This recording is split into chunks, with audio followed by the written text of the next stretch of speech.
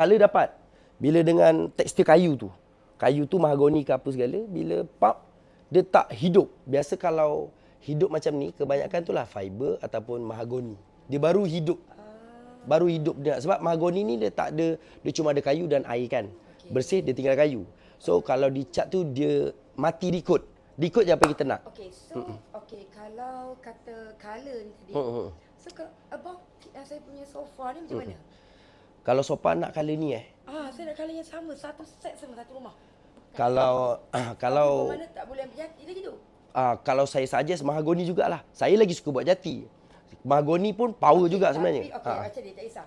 As long dia tahan lama. Okey. Mahagoni tak mahagoni ikut harga yang dah dibuka. Okey. Okey, jadi Bos Ijan ikut kualiti tu. Sebab tadi kita ambil jati. Ya, betul. Okey, yang paling penting color dia dapat, kita nak kualitinya gold, dapat. Dapatkan gold tu. Tu yang paling penting. Lepas tu ini atas pengalaman kita kan. Kita jati ni bukan apa. Kita kalau buat color yang betul hidup macam apa yang customer nak, so kita belum pernah dapat lagi. Saya banyak fokus kepada mahagoni. Lagi pakar sebab tahu kayu tu tak hidup.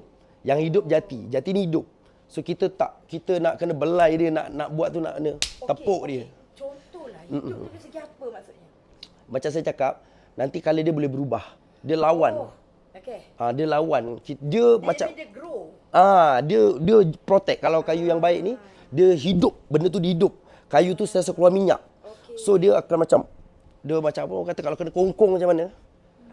Memang kita berjaya buat. Tapi memang tak boleh lah nak masukkan apa yang saya nak tu kalau jati ni. Kalau jati